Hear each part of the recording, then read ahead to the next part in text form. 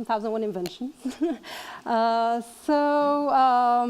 Has anyone here been to a refugee camp before? Anyone in the room? You've been? Anyone else? A few. Okay, the images I show here are from a refugee camp in Jordan, namely Al Azraq refugee camp. I don't know if the ones who've been here have been to Jordan or to other parts.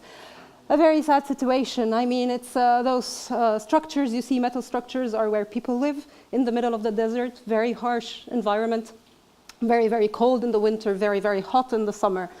Many families have been there for so many years, for 6 years now, and they don't know if they will ever get out. Some children have been born there. They don't know even life outside of the refugee camps.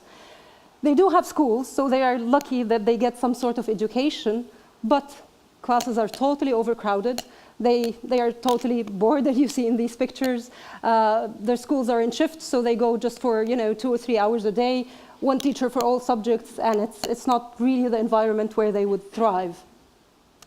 1001 Inventions, science and culture heritage organization that organizes science events to spark young people's interest in science all over the world, has been trying to break the walls, and make it to refugee camps, because as it's difficult or actually impossible for those in the camps to get outside, it's as difficult to get inside. So even if we're all enthusiastic and we want to help the children in there, it's really difficult. But we've been very fortunate to partner with the World Food Programme that provides humanitarian assistance in refugee camps, and we've created 1001 Meals.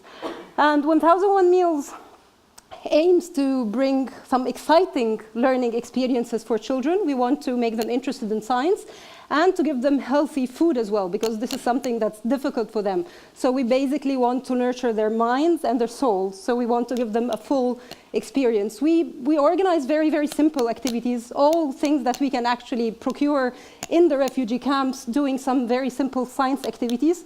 But what's more special about what we present is that we present some stories from the history of this region. So we bring pioneers from their own culture, from their own heritage. We want to give them some role models that they could associate with.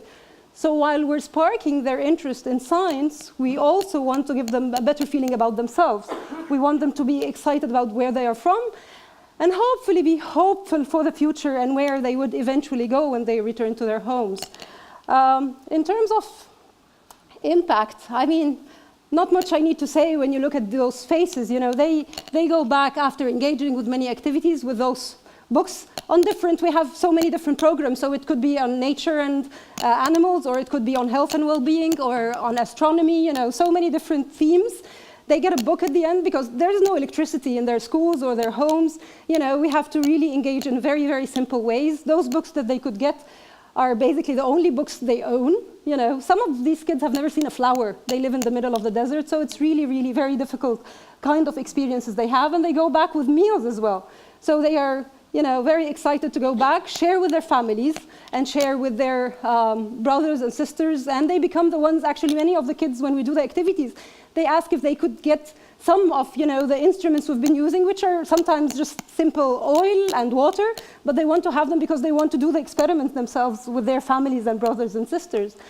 We've reached 2,300 kids to date, but our objective is really to reach as many kids as we can in the refugee camps in Jordan, which are 30,000 kids now working with the World Food Programme, and our aim is even to go more global and to reach refugee camps in other parts of the world, but more importantly to reach unprivileged kids all over the world. It doesn't have to be in refugee camps.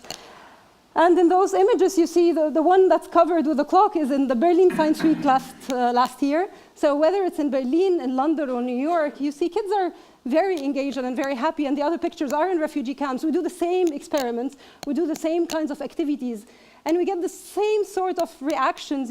Kids are curious, kids are eager to learn, they're just looking for us to build the bridges and to reach out to them. Thank you.